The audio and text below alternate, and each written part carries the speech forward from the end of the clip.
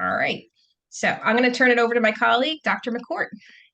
So we thought we would start off just by introducing ourselves, and then I'm going to lead the beginning of the meeting going over our proposal prep sheet, which was actually in the email that came out today about the session. So if you want to have that open somewhere on your computer, that would be great. And I'm also going to share my screen. I'm Dr. McCourt. I'm from Pittsburgh, Pennsylvania, and I teach at Point Park University.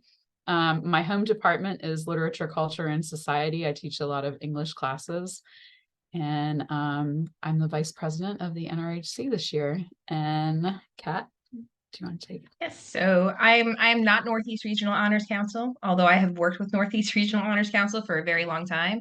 My name is Professor Kat McDonald. I'm the honors director at Monroe College, which is in New York. We have campuses in the Bronx and in New Rochelle. I also teach in our English department, so similar to Dr. McCourt, doing a lot of writing and research and literature and things like that. And I serve currently as the executive secretary of NRHC, and I think I've been on the board since I don't know, 2017-ish. But I've been taking students to these conferences since 2012. So a lot of experience coming to NRHC. It's one of my favorite things to do in my job. So we're really happy to be here tonight and to tell you a little bit more about this process. Yes, and Professor McDonald is who I go to with any questions I have.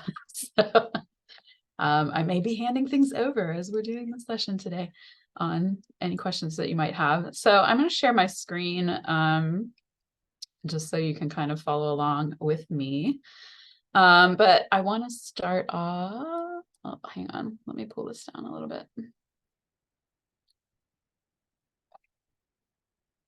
All right, so I'm going to start off in the proposal prep sheet and talking through the layout here. And if you have any questions as we're going along, feel free to just, drop them in the chat, or you can always raise your hand. And Professor McDonald, maybe you can keep an eye out on that and see if there's something that I should just pause and talk about there. So the first place that I think is really beneficial to begin is just by looking at the conference site itself. So all of the information that you're going to need on the 2024 conference is here at the Northeast Regional Honors Council website. If you hover over the 2024 conference section of the website, that's going to give you more information about the conference theme, presentations and strands, which I'm going to talk about each of these here in a little bit, how to submit a proposal, and Professor McDonald is going to walk you through the proposal I don't know what you would call it. System. So you'll be able to get a glimpse of what that's going to look like as you submit your own proposals. And then there's more information about conference policies and stuff like that here. So the first thing that you want to do is think about choosing a topic. You can make it pretty much about anything, but it is a really good idea to have in mind the theme for the conference. So if you click on the link that's in the proposal prep sheet here, it will actually bring you up into the conference theme.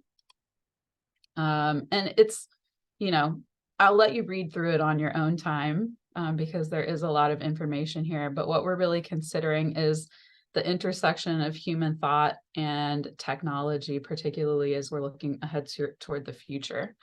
In terms of putting your proposal together, one thing that I always like to do whenever I'm writing a proposal for a conference is thinking about, how can I use some of the language, for example, that's presented in the proposal theme that will connect the work that I've done in, say, a class or on my own to the interests that are going to be really gelling together the work that students and faculty are bringing to the conference. So again, for this year, the theme is Ahead of Our Time, Intersections of Thought and Technology Towards the Future. After you get a kind of general idea of what it is that you're looking to present, we want to encourage you to narrow your topic and think about what strand your proposal would best fit into. And there are different strands. I heard, for example, we have a history major on the call tonight. There are business, economics, and technology, education, history, politics, and culture, And you can actually find out or find more information about these strands in the presentation format and strand section of the website. So if you, I'm going to go over the formatting here in a second, but if you scroll down, there's actually been written up by people who are on our executive board descriptions of the different strands that will help you have a better understanding of, you know, what each strand is really wanting to examine in the conference coming up. Does that make sense so far? Yeah. Okay. Awesome. In terms of selecting the presentation format, you have a couple of different choices here, and they're really related, I think, in many ways to your comfort level and what your personality feels best suited to you as a presenter. So I'll go through these just to kind of give you a sense of what options that you have. But again, these are listed out in the NRHC website if you want to come back to them after the meeting here. So the first one is an academic panel presentation. This is a more formal presentation, usually around 12 to 15 minutes, that you'll give on a panel with other students. Generally, you're seated at the front of the room on the panel, and then you'll present one at a time at a podium. You'd have access to technology, so you could present along a slideshow or other visual component that you might have. A poster presentation is a little bit more casual. These lead to more one-on-one conversations with people who are walking around the room. I will say that there tend to be a lot of posters in the room. So there will be a lot of different conversations going on at one time. But you'll stand next to your poster, and we'll have poster sessions later in the year that will help you prepare what your poster should look like and that sort of thing. And you can also talk to your honors director about that.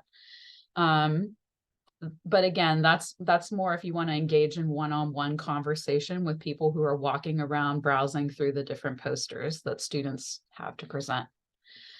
A roundtable is really good if you like group discussions. So for this one, you'll prepare about 10 minutes of remarks that have to do with your subject that you're working on. And then we also really recommend that you have interactive discussion or activities with people who are coming to your presentation. As the name suggests, you're literally sitting at a round table. So these are really good for generating conversation with other people at the conference. So if you like a more kind of discussion-based, bouncing ideas off of one another form of presentation, then the roundtable and probably the idea exchange are going to be your best choices. The idea exchange is helping you share new and innovative ideas from your honors program. This is again set up with a table. Presenters can bring handouts, other materials that you'll give to people at your designated time slot. And then the last two are more related to the arts. So we have a performing arts and film showcase. This is where you can do live talent, or you can screen a self-made film, anything along those lines. And then the audience will engage with you in conversation following the panel like your showcase presentation. And then one of my favorite parts of the NRHC conference is the art show. And this is actually open to all students. So even if you are presenting something else at the conference, you can still submit to the art show. That can be photography, drawings, paintings, digital art, sculpture. I've seen a lot of really, really cool things come out of, the art show. And you'll kind of stand next to your artwork and then again, engage in one-on-one conversations with people who are moving through the art show at that time. Am I making sense so far? Can I get a thumbs up if you're like following along well? Okay. So the last couple of things that I want to go through on this proposal prep sheet, and then I'll hand it over to Professor McDonald to walk you through the proposal system, is that after you've narrowed down what you want to do, chosen your presentation format, you're going to want to write a proposal that's no more than 300 words that describes your presentation's focus, its relevance, and its goal. And we're really suggesting that you work with your honors director on this step.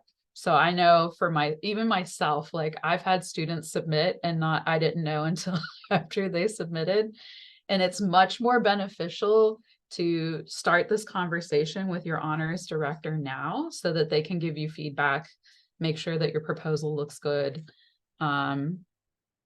So I just want to reiterate that that's a really important step in this process at this time, is to make sure that you're sharing your proposal with your director and getting feedback from them. A couple other tips in here: that you're providing context and background on your topic. There's a clear purpose on what the presentation is going to explore. If you have a thesis, make sure that you're sharing your thesis. And then that your proposal is well written. You usually want to use the third person voice, make brief citations, include a works cited list if you have that available. You know, those are all good ideas to follow through with when you're putting your proposal together. And then lastly, you'll submit your proposal to the CFP.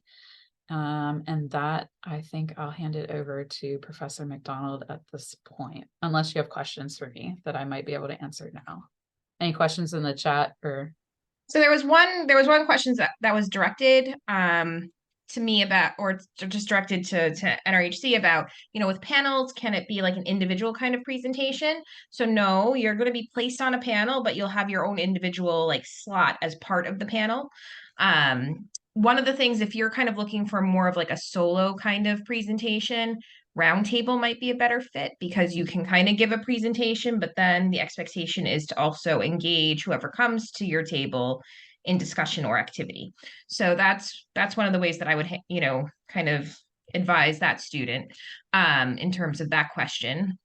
Other things that popped up. So with the proposal, like if you can do, brief in-text citations or according to's, like that's good. If you feel like you can't actually put like a works cited or references list, like do not sweat that. Like it's not a big deal.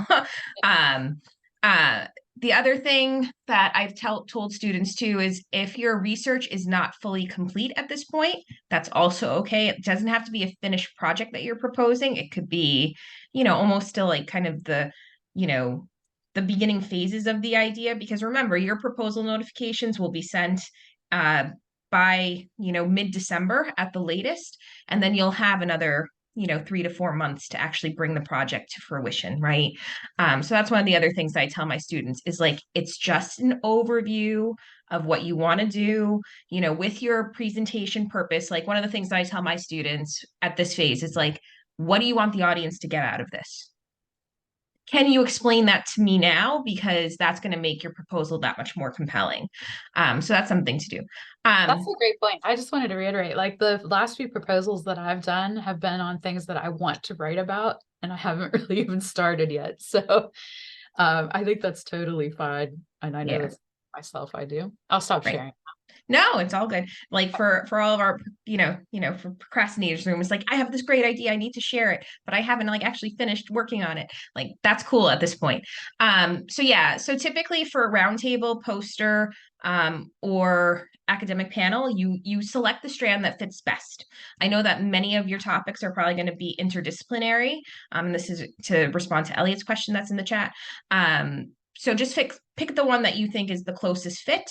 And then the other thing that we do as reviewers is if we think that a proposal might better fit in a different strand, we work with the proposal to kind of move it over. So you have lots of like support even from the people who review proposals, because we're looking holistically. So I will start sharing my screen, and then you guys can continue pop questions in the chat. So I guess I will share my whole screen. Yeah. All right. So I'll start here. Well, no, I'll just share my whole screen. There we go. Okay.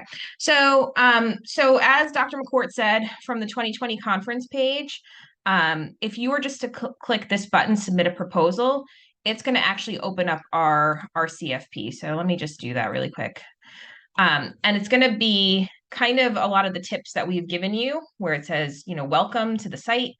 And then all the way at the bottom is where you can create an account.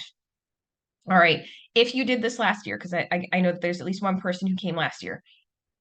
This looks familiar. It's basically the same system, but your info from last year won't carry over. So you create a new account. Okay. So I've already done that. I've created my account. And once you go through that process and you create your password, which I wrote down on this little sticky note before we started, uh, you're brought to kind of like the home page. So with the proposal system, you'd want to click here to begin a new proposal. And then basically it's not a very difficult system to navigate. There are a few like kind of buggy things that I'll point out as we go along. But for right now, I'm going to say how to make a proposal to NRHC 2024 is my proposal title. Then here, this is where you get to tell us your presentation type. So again, this is something that you really kind of want to, as Dr. McCourt mentioned, match almost to like your kind of presentation personality. So for right now, what I'm going to do is I'm going to choose academic panel just to go through that one. And again, we give you the descriptions. So if you forgot, you can read through them again, okay? And then you click submit. So that's the first phase. From here, there's 3 different places where you have to go. So I usually start with the proposal submission portion. And again, my title will pop up. This is where you get to select your strand. So again, I know that some of your proposals might fit into multiple strands. Pick the one that fits the best for you. So for me right now, I'm going to say that this is all part of honors education, since this is an honors, we're talking about an honors conference. We also have an option here that if you'd like to learn more about Illuminate. Illuminate is different from our conference. It's our undergraduate journal. We actually just published our 5th edition yesterday. Currently I serve as the editor-in-chief of Illuminate. So I'm a very happy person that it's live and it's posted. I'll pop the address in the chat in a little bit. But one of the things that if you do write a paper, or this is based on a paper, if you've written an academic paper, you can submit that paper to Illuminate. And the submission window for Illuminate goes all the way through almost the end of May of 2024. So even if you don't know if you want to do it, we'll talk about it in Albany, and then you'll have the opportunity to still submit. So I'll say yes. And then here's where you put your abstract presentation. So again, the way that I tell my students is I say your first paragraph is like your background and context, right? Like introduce your topic, right? Intro topic. The second paragraph, I think kind of establishes the research question, or problem, right? That you want to tackle. And this is where if you have any evidence, right, that's probably a good spot to cite any evidence. And then my final paragraph, I give them a 3-paragraph structure ultimately. The third paragraph, I tell them the presentation purpose. So basically it's kind of like fill in this blank. This panel presentation will do what, right? And complete that sentence. As Dr. McCourt said, we like to use we like to see third person voice, more academic writing, and all that jazz. So if you fill all this out, then you click continue. And then it'll give me a nice little green check here. Yay, done. All right, more details. All right, let's see what this one is. So here we're just getting a little bit of information about our proposers. So I'm going to say that I'm other, because I would be a super duper senior otherwise. Proposer type, I'll say that I'm staff. And then am I interested in being a moderator? So this one, again, this is something, all things are always best run by your honors director or your honors mentor. Being a moderator is actually a great opportunity even for students. Basically you would help to keep time and help to kind of keep things running during a session, not during your session, but during another person's session. We schedule very carefully. But it's a great leadership opportunity. It's a great way of kind of getting a little bit more involved. We do moderator training. So you can let us know if you might be interested. If you say yes, and then later on you're like, no, I don't want to, that's okay. But, if you're not sure, you can say no, because oftentimes we still solicit for moderators even later on in the process. Are you interested in joining the Student Activities Committee? So this one might really appeal to the students in the room. Our Student Activities Committee is led by our student representatives. We have 3 amazing student representatives this year, Hans, Anne, and Olivia. And they'll be they're actually running all of our social media right now. So if you follow us on Instagram, we're at NRHC Honors on Insta. So they're posting all of the things, but they're also planning all the student events for the conference. And if you have any interest in helping to plan events or helping to cultivate content for our social media, you can let us know that you're interested in the Student Activities Committee. And actually, Dr. McCourt is the chair of our student rep, so she would be reaching out alongside the student reps to work with you if you wanted to do that. And that's a nice foray, especially if you're only in your second year or even in your third year. Like if you're going to plan to come back to NRHC another year, this is a great introduction to running for a student representative position. So I just like to plug all the things as I go along. Sorry, I talk a lot. So then those are the details. And then finally, the third spot is to add your honors director and any additional co-authors. So everybody has to you have to put your honors director's information in. So in this case, I'm going to put I'm my honors director, okay, and I'm going to say honors director, and then I'm going to add it. The thing is, right, and then this is where you get like the one little error thing, and it basically tells me like, all right, let me see this. Incomplete profile. It says something like that. But then you check all the boxes and are they good? Okay, it didn't have the institution. So I'm going to put Monroe College in there. I'm going to hit continue. And then it's there. Now, and then it's fine. But like for some reason it didn't save the honors director. So you want to make sure that it says honors director, because once you submit your proposal, you'll get a confirmation, but then your honors director will also get a confirmation. All right. So again, there's no hiding from us. Like ever. But if you have co-presenters, this is also where you would add your co-presenters or co-authors. And then once you're done, you hit save. And it's still giving that silly little error. I wonder why that is. It says complete. Maybe it doesn't like that. Maybe I'm in here as like, I've done so many test proposals that maybe maybe that's the problem. Let me change my name. It said on it you had to add 2. We might want to tell. Oh, Right here. yeah, that's true. So let's see if it gives me the same error. It does. Interesting. Okay. So we'll clear that up. I'm gonna add Jess McCourt. And I'll make up an email address. That's a good one. Good one. It's actually like an ancient email address of mine. All right, let's see. And then let's see if it says profiling. So again, it's going to give, we have to go back to our person and like double check this. I guess I didn't add the institution. So that's probably on me. So it's a little bit, it can be, this part is a little bit clunky. Okay. And then it says, okay. So we'll go back to our web coordinator. We'll have them fix that because it should just be add one more person. Okay. Not a mandatory 2. So once you have all these green checks and you hit save submission, basically it says here, it goes through and kind of gives me a summary. Yours will not be submitted until you actually hit submit. You don't have to hit submit until November, whatever it is that we're going to close the proposal session. So if you feel unsure about anything, like I might want to change my presentation type, I might want to change my abstract, you don't need to hit submit like right away. But even if you do, you can go back and edit until the proposal system closes. Okay. So even if you hit submit, you can go back in and edit it. And then it'll say, oh, your proposal's been submitted, right? And then what that should generate is it should generate a email to you. It'll trigger an email to your honors director. And then save all of your login credentials so that way if you want to go back in and make any changes, you can. So that is how the system works. We will fix that third step, which has been giving us a little bit of a wonky time lately. So stay tuned on that one. But once that's fixed, I think it's pretty self-explanatory. So I'm going to stop sharing so I can see your faces and see the chat. So any questions?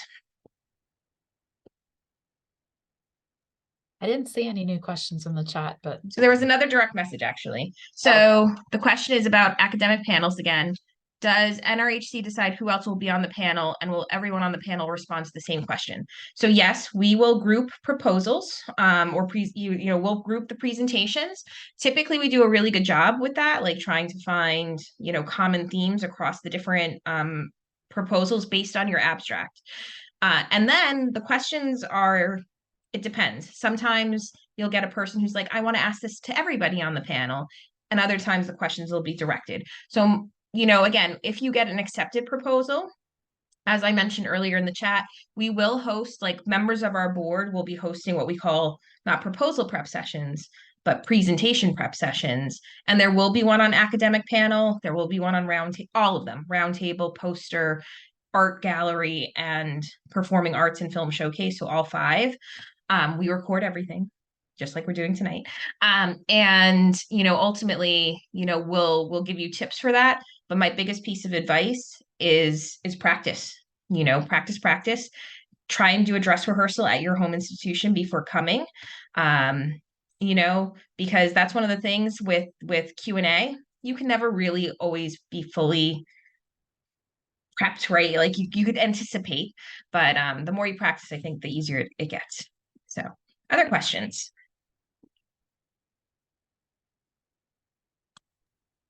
Yeah, I just had one question. I'm sorry, Jesse, you can go ahead. Nope, you're good. I was just going to say, I think it's a good idea to do the dry run through at your institution. We just did that for a student that was attending a local conference. And actually 2 of the questions that she got during the prep set, like the practice session, she actually got whenever she was in the room. So, but anyway, sorry, go ahead. No worries. I was just wondering if you could change your presentation type after submission. So typically, no, because once we do notifications, and part of the reason that once we do notifications, we immediately start to kind of think about scheduling and, all that sort of stuff. So we typically don't make those switches unless there's like an extenuating circumstance for doing that. But that's a good question. What else? We've heard them all. So there's no dumb questions.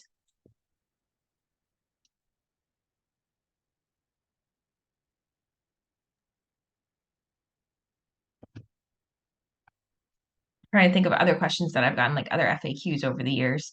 I think Dr. McCourt said this, but the art gallery, if you have art, art in your blood, but you don't have something that you've thought of for the conference, we typically still solicit like art gallery presentations after the CFP closes.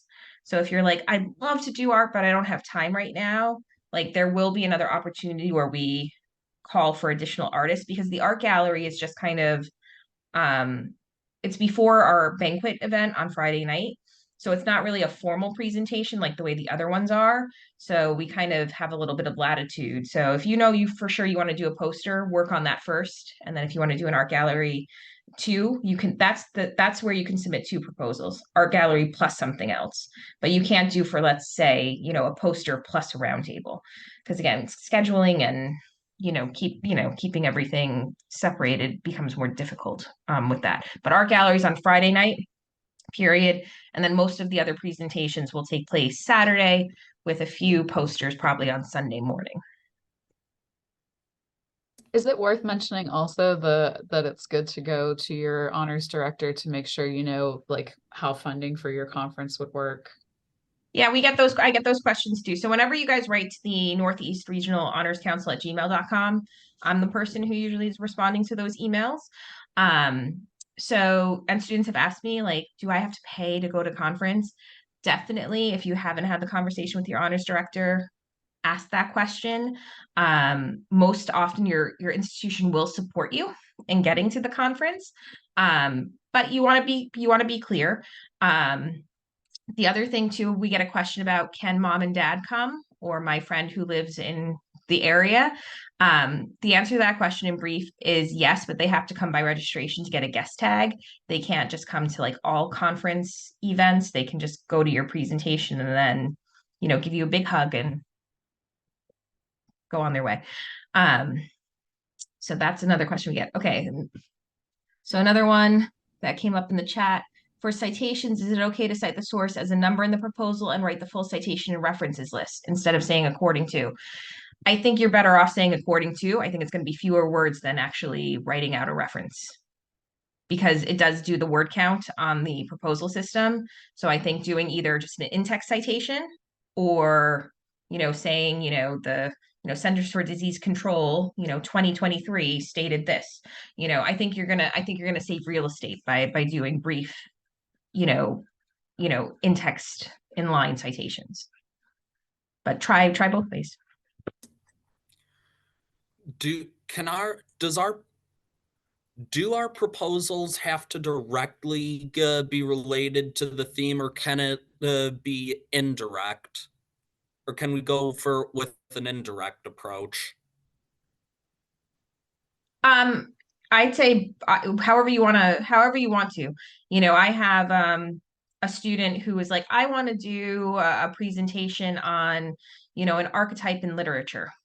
And I'm like, well, like what archetype? And he's like, the trickster. And I'm like, okay, cool. Like, and I haven't read his proposal yet, but in my mind, I'm thinking about intersections of the trickster over time, comparing the past to the present, then you get that intersection idea going on, so there's always a way of connecting to some of those big ideas, think of those big ideas, intersections, a lot of times people hear technology and they're like, oh, it has to be about like X, Y, and Z. Technology is everywhere. Yeah. Architecture is technology, food preservation is technology, for people who are into science, there's all kinds of technology in science. Like, think outside the box when you hear that word. Dr. McCourt? I think anything can fit into the proposal theme. And often it will give you like for me anyway, whenever I do proposals for conferences, that sometimes gives me an idea that I hadn't thought about before, that gives me a new avenue to explore for intellectual inquiry into my topic. So it's actually, an opportunity, I think, to maybe think outside the box, like you were saying on your subject. Any other questions? Look, I think the theme for this year, like it doesn't seem like I'm gonna have trouble with the technology part, just like the intersections of thought and technology. Like with that in mind, you're gonna have to find some way to, like, I don't know, how does technology over time stimulate or hinder individuals' thought process, or something like that. I think something like that, I guess. I mean, to me, I feel like, humans create technology. So there's automatically an intersection between thought and technology, like the it's growing from human thought. So that, I mean, probably in your, whatever you're going to put together, there's that kernel. Yeah, there's some great TED, if people like TED Talks, there's Stephen Johnson, where good ideas come from, I think it's called. And then the other one that I love that has to do with like inspiration is like Matt Ridley, and his is called When Ideas Have Sex, if you guys want to look those up. Because like ultimately, like every idea is a combination of ideas of the past, right? Hence, when ideas have sex. And I think there's like some really cool things. And then in Stephen Johnson's TED Talk, one of the things that he says is that good ideas don't come from like sitting in your room, like by yourself, like, being stoic. They come when you talk to people about them. So the other thing that you could do is don't protect your idea, but connect your idea. And oftentimes you'll find access points to the theme or whatever you're looking for by sharing it with another person. And, others. I want to be mindful of people's time. So Kaylin, I see your mic is open. I know you joined in a little bit on the late side. We are recording this. But if anybody has any other thoughts, now would be the time before I hit the stop button on the recording anyway. All right, so for the posterity of the recording, I'd like to thank you guys for coming, and I'd like to thank our, amazing Vice President, Dr. McCourt, for co-hosting our session tonight. So I'm going to end the recording here.